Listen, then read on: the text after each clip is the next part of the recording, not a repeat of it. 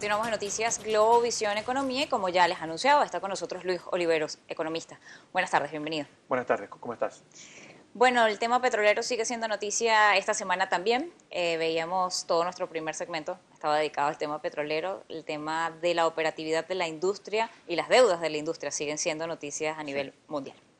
Mañana finaliza el lapso o la extensión que diera PDVSA para el canje de estos títulos 2017 por los títulos 2020, que se había establecido inicialmente. Si no se lograba un 50% de lo que era el canje, no existiría canje. Sin embargo, en las condiciones que cambiaron el viernes, no importa si se llega o no al 50%, igual habrá canje. ¿Cuáles son las condiciones que van a enfrentar los bonistas que acepten esta medida y quienes no? ¿En qué condiciones quedan también? Mira, los que aceptan la medida van hacia un nuevo bono, un bono que vence, como bien tú dijiste, año 2020, con un cupón de 8,5, que es igualito al cupón que tenías uno de los dos bonos, de los bonos PDVSA 2017.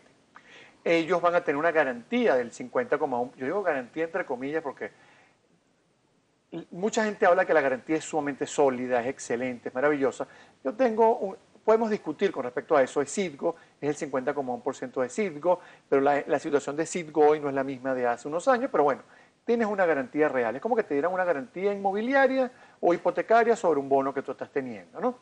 Los que no se metan en el canje, los que no vayan al canje, siguen teniendo sus bonos, uno que vence en abril del año que viene, otro que le va a pagar capital ahorita en noviembre y otro que termina de pagar capital en noviembre del año 2017. Esto es un canje que es voluntario, yo estoy convencido de que PDVSA nos va a decir el 14 que fue un éxito, que se sumó más del 50%, y PDVSA va a tener una mejora en su flujo de caja, que creo que es lo más importante en este aspecto. Ahora, en este tipo de, lograse esta mejora en este flujo de caja, si lograse en alguna medida no tener que pagar todo esto en abril y noviembre del próximo año, y quizá no tener que pagar ahorita en noviembre esta parte de capital que también tendría que pagar, mañana tiene que pagar intereses de estos bonos, específicamente de los 2017, 27 y 37, ¿cómo queda en lo que es la industria petrolera? ¿Este flujo de caja va a favorecer todas las inversiones que necesita la industria petrolera o va a favorecer las arcas de la nación para gasto político? Esa es la gran pregunta que nos hacemos todos. De verdad que esa es la pregunta clave en todo esto. ¿Qué va a hacer PDVSA y la nación con esa mejora que está teniendo en su flujo de caja? Nosotros hemos sacado cuentas de que si más o menos el 70-75% de los bonistas se anotaban en el canje, PDVSA podría haber una mejora de aproximadamente unos 3.000 millones de dólares. Vamos a suponer que el porcentaje sea menor, 2.500 millones de mejora. ¿Qué va a hacer PDVSA con esa plata? ¿Va a importar alimentos? ¿Va a importar medicinas? ¿Lo va a invertir en la industria petrolera nacional? Algo que es sumamente importante ahorita que estamos viendo cómo los volúmenes de producción de PDVSA han estado disminuyendo considerablemente, ¿o lo va a gastar en una hipotética campaña electoral? Y pareciera que lamentablemente todo indica que se va a ir hacia allá. No creo que vayan a gastarlo, no creo que lo vayan a invertir en industria, no creo que lo vayan a invertir en generar bienestar en la población. Lamentablemente yo creo que ese dinero de esa mejora que vamos a ver de flujo de caja va a ir a gasto corriente. Algunos analistas señalaban que estaban entre el canje o importar alimentos y que la industria petrolera en este momento iba a tener que ir a este canje para poder destinar estos recursos, que prácticamente son las únicas divisas que le ingresan a la nación, para poder entregarlas al Ejecutivo y que se pueda hacer importación de alimentos y bienes prioritarios. Mira, yo creo que es una lectura un poquito radical. Mira que yo hay que ser un poquito abogado del diablo todo esto y hay que ser pragmático cuando analizas el tema económico en Venezuela. Ciertamente, o a lo mejor PDVSA necesitaba hacer el canje. PDVSA enfrenta pagos de aproximadamente entre esos dos bonos de 7.100 millones de dólares, ¿no? PDVSA necesitaba mejorar ese flujo de caja por la difícil situación que estamos viviendo. ¿Qué va a hacer PDVSA ahora con eso? ¿Qué pensaba PDVSA hacer si no había canje? Bueno, o el default era una opción, cosa que yo creo que no era mucha opción porque el gobierno ha dado bastantes señales de que va a pagar la deuda. La otra opción era, bueno, sacrificar importaciones de comida, disminuir reservas internacionales, seguir haciendo ingeniería financiera para tratar de obtener dinero y más o menos mantener las importaciones de alimentos en lo que resta del año. Hay que tener presente que las importaciones han disminuido considerablemente. Cuando tú comparas las importaciones del 2016 con las de hace 2 o 3 años, estamos hablando de una caída de 60%. Por eso es que estamos teniendo problemas tan graves de abastecimiento, problemas tan graves de inflación, un conjunto de problemas que estamos teniendo en la economía. Para mí el canje es vital para las finanzas de PDVSA. Y por eso es que yo creo que PDVSA en el 14 de octubre y después el 14 cuando se vence la primera etapa de la oferta temprana y luego el 19 cuando ya se vence todo y va a ser la liquidación, nos va a vender que fue todo un éxito, que hay un apetito de riesgo por PDVSA, que la gente está buscando este rendimiento y que confía en el país. Hay que tener presente que el precio del petróleo ha aumentado, que el flujo de caja de Venezuela puede mejorar en lo que resta del año. Pero hay que tener presente algo, y es que ese aumento del precio del petróleo ha sido compensado con una caída de nuestra producción. Entonces, ahí es donde yo veo que es más importante aún que el canje sea un éxito. Yo, como venezolano, estoy ligando que el canje sea un éxito.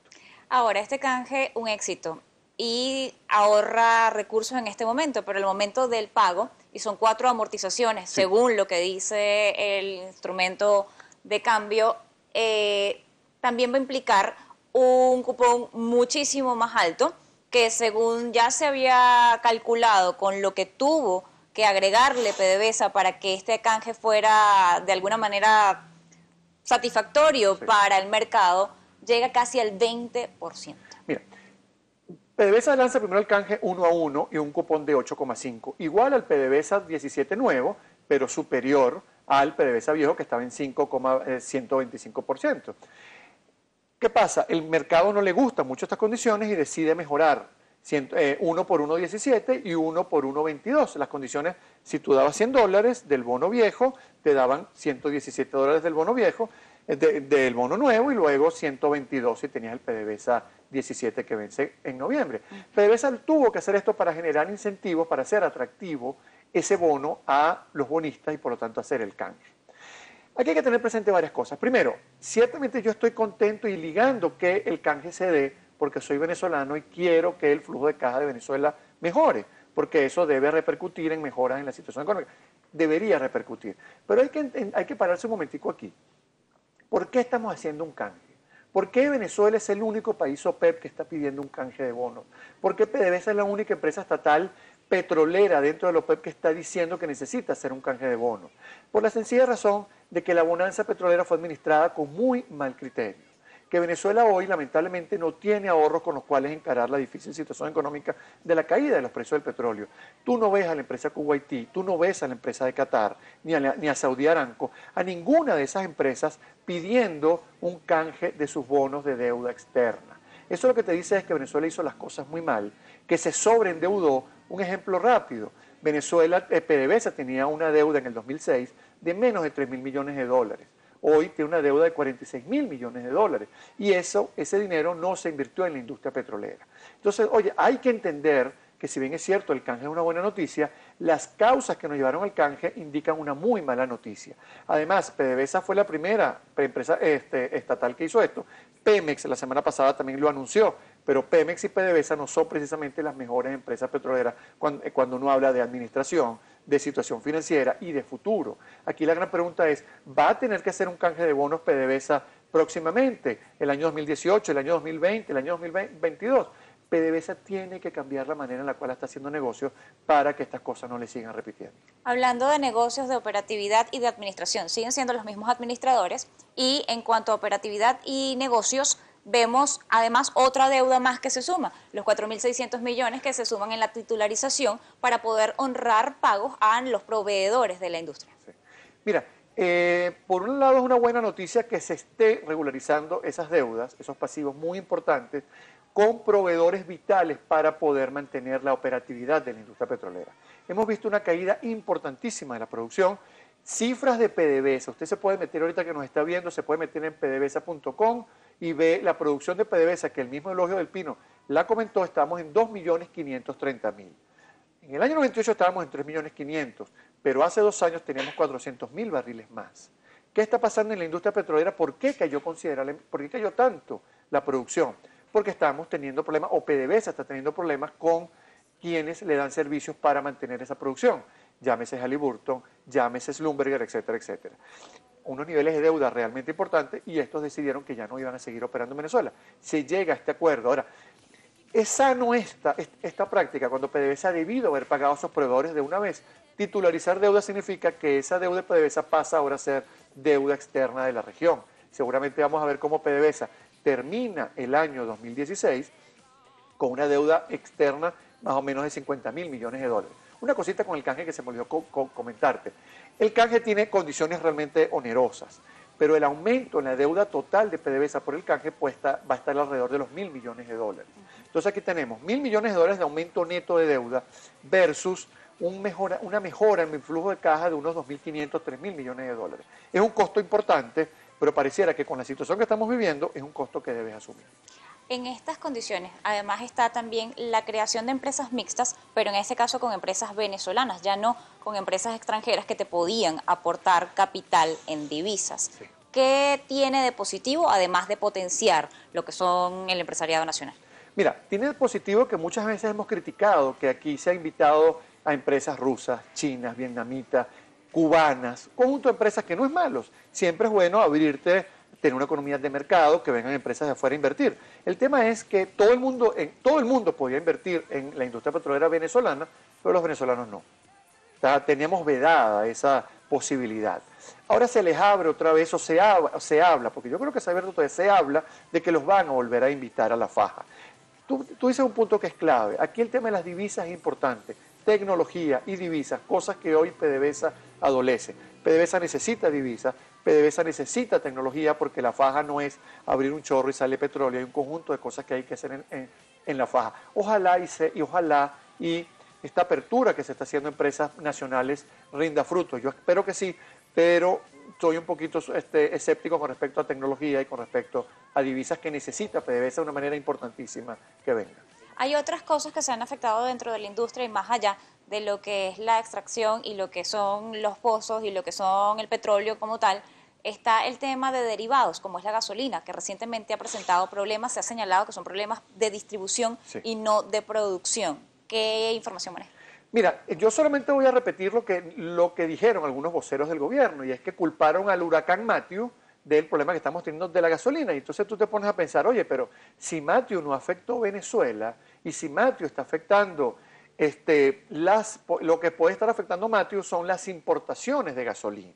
Entonces, si Matthew es el culpable de lo que está ocurriendo en gasolina, por ejemplo, en Barquisimeto, la conclusión que uno llega es que Venezuela está importando gasolina y debe estar importando en un monto importante para que Matthew sea el causante de las largas colas que hay en el interior del país.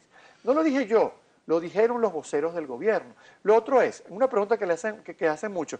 Bueno, Venezuela está viendo cómo su cesta petrolera está aumentando de precio. ¿Cuál es el precio que necesita Venezuela en su cesta petrolera para poder más o menos equilibrarse? Mira, la respuesta te la da Nicolás Maduro todos los días cuando dice que el precio justo, algo que no existe en economía, cuando un economista les habla de eso ya no es serio, pero cuando el tipo te dice que el precio justo del petróleo debe ser $70 el barril, el señor te está diciendo que Venezuela necesita mínimo $70 como break-even en sus cuentas externas. Y aquí la pregunta es, bueno, mira, si la cesta petrolera este año puede promediar 35 y nuestro break-even está en 70, el hueco fiscal y el hueco externo que tenemos en Venezuela es realmente preocupante. Y si supuestamente el petróleo con el acuerdo, si se llegase a refrendar en noviembre de la OPEP de reducir producción, solamente va a llegar en el mejor de los casos a 50, sigue existiendo un hueco de 20. Eso es clave, lo que tú dijiste dos cosas claves ahí. Primero, si se llega a refrendar, estamos hablando de preacuerdo. Irán y Irak no están muy de acuerdo con esto, y si llegamos en el mejor de los escenarios a una cesta de 50, el petróleo, que sería como 45 Venezuela, el problema va a seguir. No es que el sector petrolero nos va a mejorar. Y tampoco, bueno, otro día me invitas para hablar de rentismo, porque no es posible que yo diga que se va a acabar el rentismo y vaya por el mundo pidiendo un precio mayor. Claro, es una incongruencia. Le agradezco habernos acompañado en la tarde de hoy en Noticias Globovisión Economía. Era el economista Luis Oliveros. Nosotros hacemos otra pausa.